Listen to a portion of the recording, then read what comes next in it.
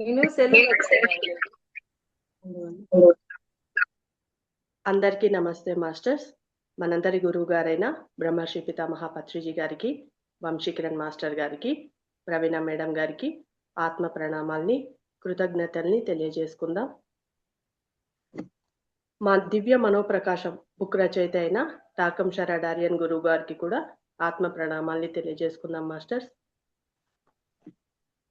అధ్యాయం 8 4 నియమాలు చాప్టర్లో ఉన్నాం మాస్టర్స్. 4 నియమాలు వచ్చేసి 1 సంతృప్తి నియమం, 2 నిర్భీతి నియమం, 3 సామీప్యత నియమం, 4 ధార్మిక నియమం. ఈరోజు 3వ పాయింట్ స్టార్ట్ చేస్తున్నాను మాస్టర్స్. సామీప్యత సూత్రం. ఈ నియమం మనకి కాల ప్రాంతాలను అధిగమింపచేసి సుదూరంగా ఉన్న వాటిని కూడా దగ్గరగా ఉన్నట్లు అనిపింపచేస్తుంది. అది మళ్ళీ పేరు అదేనమ్మా. ఈ నియమం సామీప్యత సూత్రం.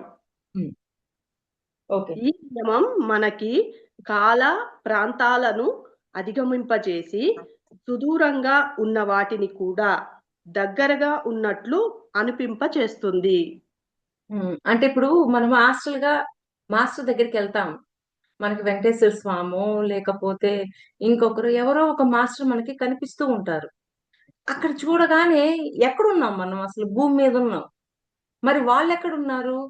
ఆ పైతలాల్లో ఉన్నారు. అంటే మనకి వాళ్ళకి మధ్య చాలా తక్కువ డిస్టెన్స్ ఉంది, మనం చాలా వాళ్ళకి దగ్గరగా ఉన్నాము అని అనిపించే విధంగా ఉంటుంది కదా. అదే సామీప్య నియమం. ఇప్పుడు కలలో కనిపించినప్పుడు నేను వెంకటేశ్వర స్వామిని చూశాను, నేను బాబాని చూశాను అని మనం ఎంత హ్యాపీగా ఫీల్ అవుతుంటాం. అంటే అక్కడ వాళ్ళకి మనం దగ్గరగా ఉన్నాము అనేది మనకు అర్థమవుతుంది. అదే సామీప్య నియమం. అంటే ఎక్కడో లేం, మనం వాళ్ళకి దగ్గరగా ఉన్నాము, ఆ స్నేహంతో ఉన్నాము అని మనకి అనిపిస్తుంది అనమాట.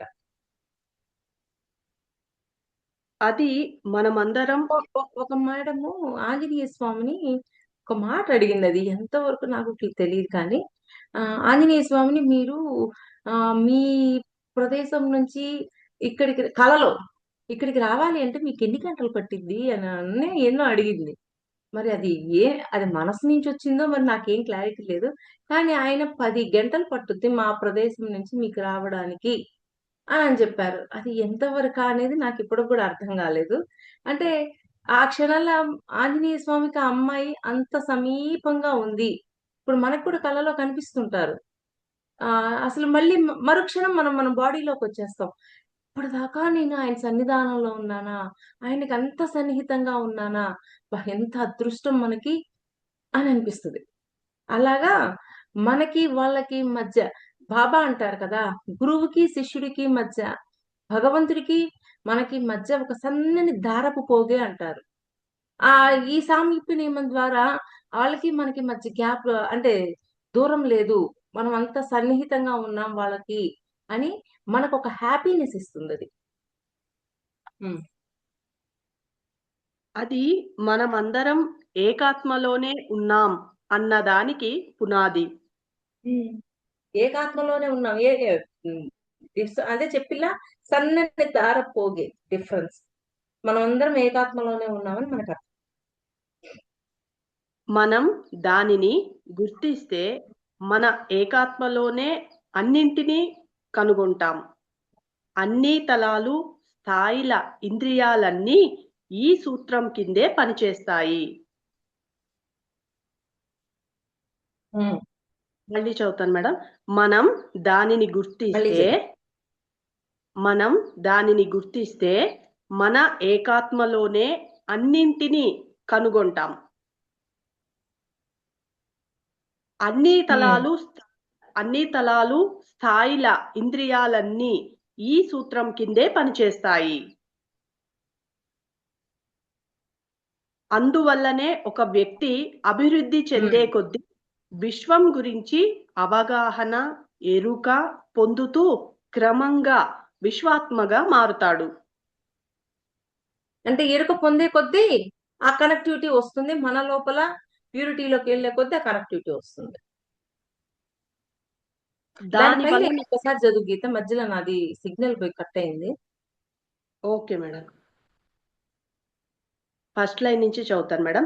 ఈ ఉమ్, నియమం మనకి కాల ప్రాంతాలను అధిగమింపచేసి సుదూరంగా ఉన్న వాటిని కూడా దగ్గరగా ఉన్నట్లు అనిపింపచేస్తుంది. అది మనమందరం ఏకాత్మలోనే ఉన్నాం అన్నదానికి పునాది. ఉమ్. మనం దానిని గుర్తిస్తే మన ఏకాత్మలోనే అన్నింటినీ కనుగొంటాం. అంటే దాన్ని మనం గుర్తిస్తే ఏకాత్మలోనే మనం అన్ని తెలుసుకుంటాం అన్నమాట. ఓ, మనకి అర్థమైద్ది. ఆ అవగాహన వేరుగా ఉంటది అనమాట. అది. అన్ని తలాలు స్థాయిల ఇంద్రియాలన్నీ ఈ సూత్రం కిందే పనిచేస్తాయి. ఉమ్, అందువల్లనే ఒక వ్యక్తి అభివృద్ధి చెందే కొద్దీ విశ్వం గురించి అవగాహన, ఎరుక పొందుతూ క్రమంగా విశ్వాత్మగా మారతాడు. దాని అది వలన అంటే ఎదిగే కొద్దీ విశ్వాత్మగా మారిపోతాం. దాని ఉమ్, వలన విశ్వంతో అనుసంధానం తేలిక. వారు ఈ గ్రహం మీద ప్రతి వ్యక్తి హృదయంలో జరిగేదాన్ని తెలుసుకోగలరు. అంటే జీవితంలో విశ్వాత్మగా మారాలి ఒక్క నిమిషం గీత, విశ్వాత్మగా మారాలి అనేది ఉంటది. కానీ ప్రతి ఒక్కరిలోనూ ఆ విశ్వంతోనూ కనెక్టివిటీ ఉంటుంది. ప్రతి ఒక్కరూ దైవమే అన్న భావన వచ్చినప్పుడు ప్రతి ఒక్కరి నుంచి విశ్వం ఏ సందేశం ఇస్తుంది అని మనము గ్రహించగలిగే కొద్దీ ప్రతి ఒక్కరితో మాట్లాడుతూ ఉన్నప్పుడు అవన్నీ ఆ కనెక్టివిటీ మనల్ని ఒక ఏకత్వంలోకి తీసుకెళ్తది. ఒక ఏకాత్మగా మనల్ని ఇంకా ఇంకా ఎదిగేటట్లు చేస్తది. అది. ఆ లైన్ మళ్ళీ చదువుతాను మేడం. దాని వలన విశ్వాత్మతో విశ్వంతో అనుసంధానం తేలిక. వారు గ్రహం మీద ప్రతి వ్యక్తి హృదయంలో జరిగేదాన్ని తెలుసుకోగలరు. అది. ఎందుకు తెలుసుకోగలుగుతున్నారు?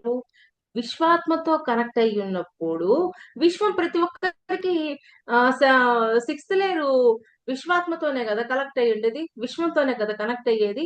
అందువల్ల వాళ్ళ హృదయంలో ఎలా ఉన్నారు అనేది మనకు అర్థమైపోతూ ఉంటుంది. ఎవరికి విశ్వాత్మతో కనెక్ట్ అవుతారో, విశ్వాత్మతో కనెక్ట్ అయిన వాళ్ళకి ప్రతి ఒక్కరి హృదయంలో ఏంటి అనేది మనకు అర్థమవుతది. ఎలాగా? వాళ్ళ హృదయంకి వాళ్ళది సిక్స్త్ బాడీ విశ్వమయ కోశంతో కనెక్ట్ అయి ఉంటది కదా. విశ్వాత్మతో కనెక్ట్ అయి ఉంటది ప్రతి ఒక్కరిది. అందువల్ల వాళ్ళ హృదయంలో ఏంటి అనేది మనకి అర్థమైపోతూ ఉంటుంది అనమాట. జీవితంలోని ప్రతి స్ఫులింగంతోనూ ఈ సామీప్యత నియమం పనిచేస్తుంది. జీవితంలోని ప్రతి ప్రతి తోనూ స్ఫులింగంతోనూ ఓకే. ఈ సామీప్యత నియమం పనిచేస్తుంది. ఓకే. దాని తర్వాత క్రింద అందరూ అందరితో సంబంధం కలిగి ఉండి అందరి చేత ప్రభావితం అవుతారు. అందువల్ల అందరి చేత ప్రభావితం అవుతారు. ఎందుకని అందరితో కనెక్టివిటీ ఉంది కదా విశ్వాత్మకి. అదే. ఒక వ్యక్తి చర్యలు విశ్వం అంతటిపై ప్రభావం చూపుతాయి. ఈ నియమం వల్ల బాధ్యతాయుత తత్వం పెంపొందుతుంది.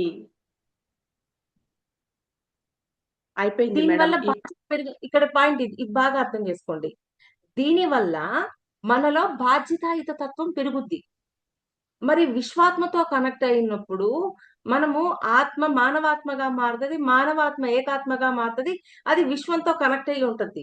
ఎప్పుడైతే విశ్వాత్మతో కనెక్ట్ అయ్యి ఉంటామో మరి అందరూ మనమే కదా, అంతా నేనై ఉన్నాను కదా, అంతా నాలోనే ఉంది, నేనే అంతట్లోనూ ఉన్నాను అన్న ఒక అవగాహన వస్తుంది. ఎప్పుడైతే ఆ అవగాహన వస్తే మనకు బాధ్యత పెరుగుతూ ఉంటది. ఆటోమేటిక్ ఇప్పుడు పత్రి సార్ ఉన్నారు. మొత్తం శాకాహార జగత్తు చెయ్యాలి. చేసేంత వరకు ఉంటాను అని గట్టి సంకల్పం పలికారా లేదా? అలాగా వాళ్ళలో ఆ బాధ్యత పెరుగుతూ ఆ సంకల్పం కూడా పెరిగిపోతూ ఉంటుంది. ఇప్పుడు వంశీ సార్ ఉన్నారు. అందరికి జ్ఞానం బోధించాలి, కర్మ సిద్ధాంతాన్ని తెలియజేయాలి. ఆ! అందరూ రియలైజేషన్‌లోకి రావాలి. వాళ్ళందరూ హ్యాపీగా ఉండాలి. అందరూ హ్యాపీగా ఉండాలి. నిన్న ఇప్పుడు నిష్కళంక ధ్యానం చేయిస్తున్నారు.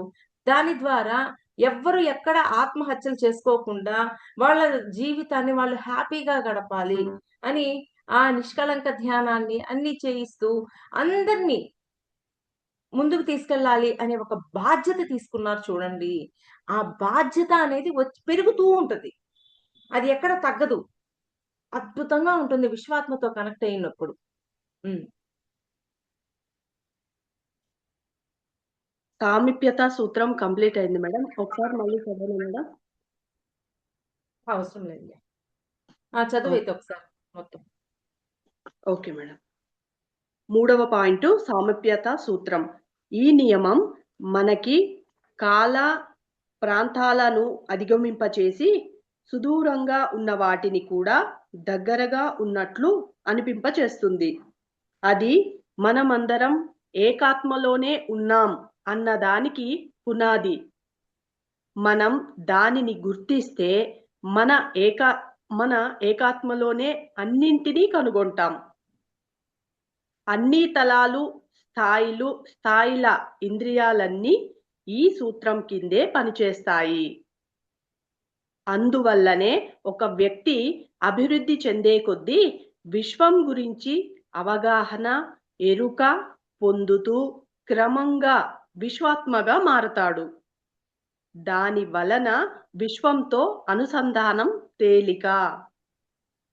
వారు ఈ గ్రహం మీద ప్రతి వ్యక్తి హృదయంలో జరిగేదాన్ని తెలుసుకోగలరు. జీవితంలోని ప్రతి స్ఫులింగంతోనూ ఈ సామీప్యత నియమం పనిచేస్తుంది. దాని కింద అందరూ అందరితో సంబంధం కలిగి ఉండి అందరి చేత ప్రభావితం అవుతారు. ఒక వ్యక్తి చర్యలు విశ్వం అంతటిపై ప్రభావం చూపుతాయి. ఈ నియమం వల్ల బాధ్యతాయుత తత్వం పెంపొందుతుంది. అంటే ఒక వ్యక్తి చర్యలు విశ్వం మీద చూపించబడతాయి. బాధ్యతాయుత తత్వం అనేది పెరుగుతుంటది. 4వ పాయింట్ మేడం. ధార్మిక ఫస్ట్ నియమం. ఏంటి? సంతృప్తి నియమం. 2 నిర్భీతి నియమం. 3 సామప్యత నియమం. అంతే కదా? ఇప్పుడు 4వది ధార్మిక నియమం మేడం. ధార్మిక నియమం. ఓకే. మాస్టర్స్ ఒక్కొక్కటి ఒక్కొక్క కోణంలో ఉంది. సంతృప్తి నియమం ఒక కోణంలో ఉంది. నిర్భీతి నియమం ఒక కోణంలో ఉంది. సామప్యత నియమం ఒక కోణంలో ఉంది. ఇప్పుడు ధార్మిక నియమం ఏంటో చూద్దాం. ఇది కర్మ యొక్క సారం. విశ్వంలోని ప్రతి స్థాయిలోనూ పనిచేస్తుంది. ఇది విశ్వ నియమం. జీవితంలోని ప్రతి రూపంతో అణువు నుంచి నక్షత్ర మండలం వరకు ప్రతి దానితో సంబంధం కలిగి ఉంటుంది. దీనిలో 3 అంశాలు ఉన్నాయి. 1 స్వేచ్ఛా ఇచ్ఛ, 2 మీరు ఏది విత్తితే ఆ ఫలమే వస్తుంది, 3 విశ్వ నియమాలు. 1 స్వేచ్ఛా ఇచ్ఛ స్టార్ట్ చేస్తున్నాను మేడం. ఒక మనిషి కాని ఏ జీవరూపమైనా కానీ తన స్వేచ్ఛా ఇచ్ఛ వల్లనే తాము కోరుకున్న విధంగా జీవించగలుగుతారు. తనలోనూ విశ్వంలోనూ ఉన్న విశ్వ నియమాన్ని గ్రహించి దానితో తాను ఐక్యతతో ఉండటం కానీ లేదా వ్యతిరేకించడం కానీ చేస్తాడు. తన ఆలోచనలు, మాటలు, చర్యలు ద్వారా తాను కోరుకున్నదే పొందుతాడు. అతని భవిష్యత్తు అంతా అతను ఇప్పుడు కోరుకున్నదే. అతని పరిస్థితులన్నీ 3 తలాలలోనూ అతను కోరుకున్నవే. అతను నాటిన వాటి ఫలితాలే అతని ప్రకాశం, శాపం రెండూ అతనే. మళ్ళీ చెబుతాను మేడం. ధార్మిక నియమంలో మొదటి పాయింట్ స్వేచ్ఛ ఇచ్చ, రెండవది స్వేచ్ఛ స్వేచ్ఛ ఇచ్చ కాదు, స్వేచ్ఛేచ్ఛ. స్వేచ్ఛ ఇచ్చ వేర్వేరు రాస్తారు ఇచ్చ మేడం. అని ఉందా? అవును మేడం. ఓకే. రెండవది మీరు ఏది విత్తితే ఆ ఫలమే వస్తుంది. మూడవది విశ్వ నియమాలు. దానిలో ఫస్ట్ వన్ స్వేచ్ఛ ఇచ్చ. ఒక మనిషి కానీ ఏ జీవ రూపమైనా కానీ తన స్వేచ్ఛ ఇచ్చ వల్లనే తాము కోరుకున్న విధంగా జీవించగలుగుతారు. అంటే తనలో తను ఏదైతే ఆ స్వేచ్ఛ ఇచ్చే ఉంది కాబట్టి తన జీవితంలో ఏదైతే అనుకుంటారో దాన్ని బట్టి వాళ్ళు జీవించగలుగుతారు. అంటే వాళ్ళ సంకల్పానికి తగ్గట్టు వాళ్ళు జీవించగలుగుతారు. అది. తనలోనూ విశ్వంలోనూ ఉన్న విశ్వ నియమాన్ని గ్రహించి దానితో తాను ఐక్యతతో ఉండటం కానీ లేదా వ్యతిరేకించడం కానీ చేస్తాడు. మళ్ళీ చదవాలని. Okay madam. తనలోనూ విశ్వంలోనూ ఉన్న విశ్వ నియమాన్ని గ్రహించి దానితో తాను ఐక్యతతో ఉండటం కానీ లేదా వ్యతిరేకించడం కానీ చేస్తాడు. అంటే తనలో విశ్వ నియమం ఉంది. ఎప్పుడైతే ఆ విశ్వ నియమం ఉందని తెలుస్తుందో దానితో సహకరించటం వల్ల ఐక్యతతో ఉంటాడు, ఏకత్వంలోకి వెళ్తాడు. ఒక్కొక్కసారి దానికి వ్యతిరేకంగా ఉండుండొచ్చు, వాళ్ళ ఇష్టం. ఎవరికైనా అది ఉంటుంది. దాన్ని ఎటు తీసుకెళ్తున్నారు అనేది వాళ్ళ యొక్క విజ్ఞత మీద ఆధారపడి ఉంది. తన ఆలోచనలు, మాటలు, చర్యలు ద్వారా తాను కోరుకున్నదే పొందుతాడు.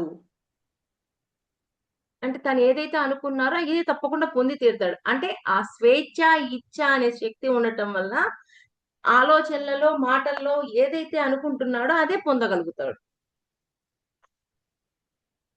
అతని భవిష్యత్తు అంతా అతను ఇప్పుడు కోరుకున్నదే. అంటే ఇప్పుడు భవిష్యత్తు ఏదైతే ఉందో అది ఎలా వచ్చిందో అనుకోవడానికి లేదు. మనం అనుకున్నదే భవిష్యత్తు. అది. అతని పరిస్థితులన్నీ 3 తలాలలోనూ అతను కోరుకున్నవే. అంటే భౌతిక, మానసిక, అనుభూతిక 3 తలాలలో ఏవైతే జరుగుతున్నాయో అన్ని వాళ్ళు అనుకున్నవే. వేరే వాళ్ళు చెప్పినవి రావట్లేదు, ఏమి రావు. మనం ఏదైతే అనుకోని ఉన్నామో అయ్యే వచ్చి తీరుతాయి అక్కడ. అతను నాటిన వాటి ఫలితాలే అతని ప్రకాశం, శాపం రెండూ అతనే. అంటే ప్రకాశం అంటే కాంతివంతంగా తయారవడానికి వాళ్ళు నాటినవే, కాంతివంతంగా లేకపోవటానికి కారణం వాళ్ళే. అన్ని మన చేతుల్లోనే ఉన్నాయి. ఇది బాగా అర్థం చేసుకోవాలి.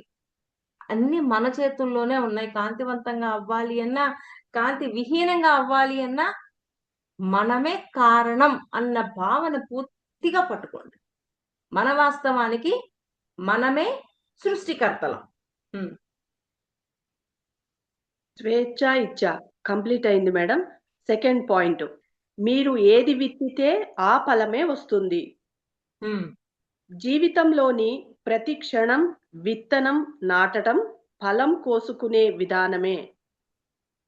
అయితే మనిషి ఒక వ్యక్తి ఇంకా విశ్వాత్మ కనుక అతను వ్యక్తిగతంగాను సామూహికంగాను విత్తనం నాటి వ్యక్తిగతంగాను సామూహికంగాను ఫలాలు పొందుతాడు.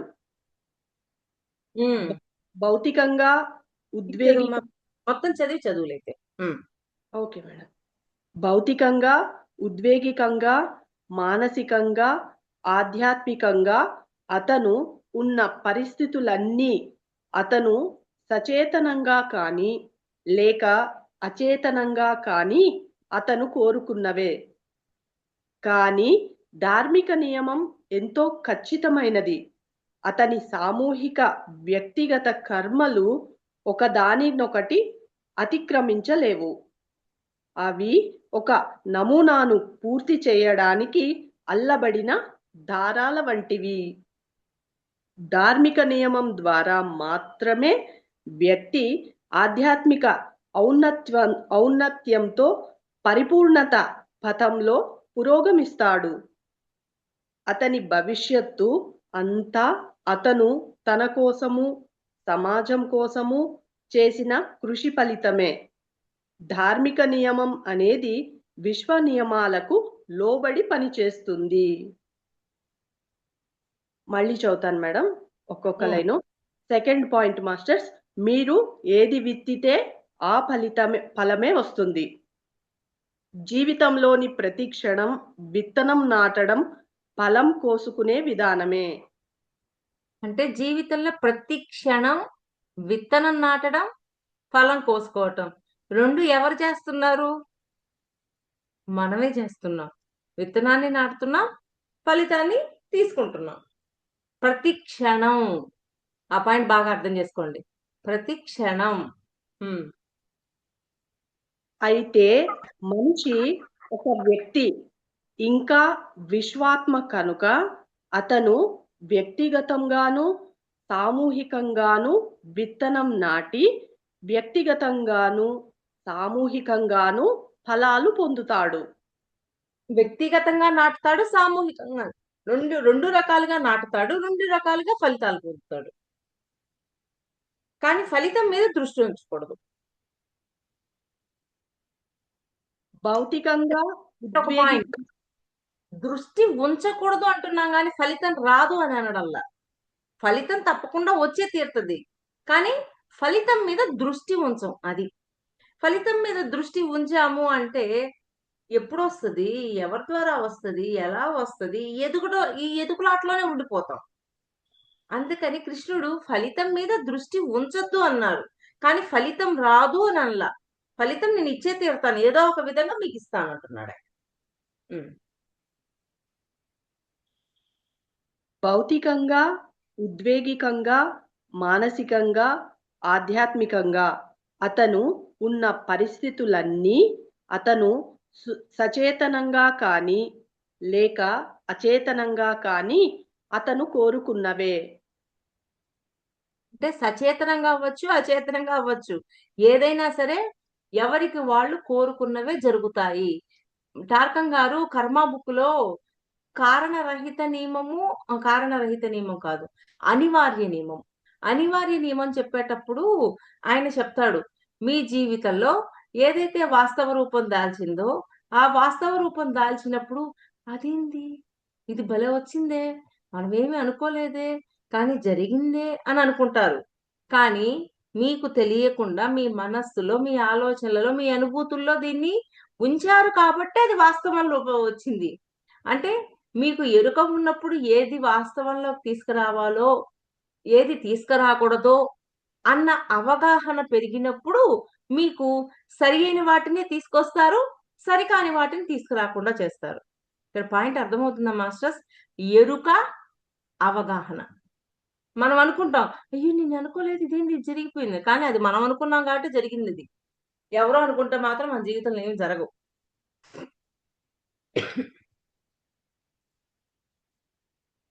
కానీ ధార్మిక నియమం ఎంతో ఖచ్చితమైనది. అతని సామూహిక వ్యక్తిగత కర్మలు ఒకదానినొకటి అతిక్రమించలేవు. రెండింటినీ వదలలేరు, రెండింటిని చేయాల్సిందే. వ్యక్తిగతాన్ని చేయాల్సిందే, సామూహికాన్ని చేయాల్సిందే. ఏది వదిలిపెట్టేసి పోదామంటే కుదరదు. అవి ఒక నమూనాను పూర్తి చేయడానికి అల్లబడిన దారాల వంటివి. అంటే ఒకదానికొకటి కనెక్షన్ ఉందని, ఒకదానికొకటి కనెక్షన్ ఉండి ఒకదానితో ఒకటి ఇంటర్లింక్ అయి ఉంటాయి. ధార్మిక నియమం ద్వారా మాత్రమే వ్యక్తి ఆధ్యాత్మిక ఔన్నత్యంతో పరిపూర్ణత పథంలో పురోగమిస్తాడు. ఆధ్యాత్మిక ఔన్నత్యంతో, ధార్మిక నియమం ద్వారా మాత్రమే వ్యక్తి ధార్మిక ఔన్నత్యంతో పరిపూర్ణత పథంలో పురోగమిస్తాడు. అంతే. అతని భవిష్యత్తు అంతా అతను తన కోసము, సమాజం కోసము చేసిన కృషి ఫలితమే. ధార్మిక నియమం అనేది విశ్వ నియమాలకు లోబడి పనిచేస్తుంది. అదంతా విశ్వ నియమానికి లోబడి అంటే అక్కడ దాన్ని బట్టే పనిచేస్తుంది ధార్మిక నియమం. ఎందుకని ఇక్కడ వ్యక్తిగతము ఉంది, సామూహికము ఉంది, రెండు ఉన్నాయి. అంతే కదా? సెకండ్ కంప్లీట్ అయింది మేడం. థర్డ్ పాయింట్ విశ్వ నియమాలు. భౌతిక అది ఒక చదువు, రేపు ఎక్స్ప్లెయిన్ చేస్తాం. Okay madam. మూడవ పాయింట్ విశ్వ నియమాలు. భౌతిక, అనుభూతిక, మానసిక తలాలన్నీ నిరంతరం తాము కూడబెట్టుకున్న వాటి వల్లనే విశ్వ నియమాలకు అనుగుణంగా నిర్మించుకుంటాయి లేదా నాశనమవుతాయి.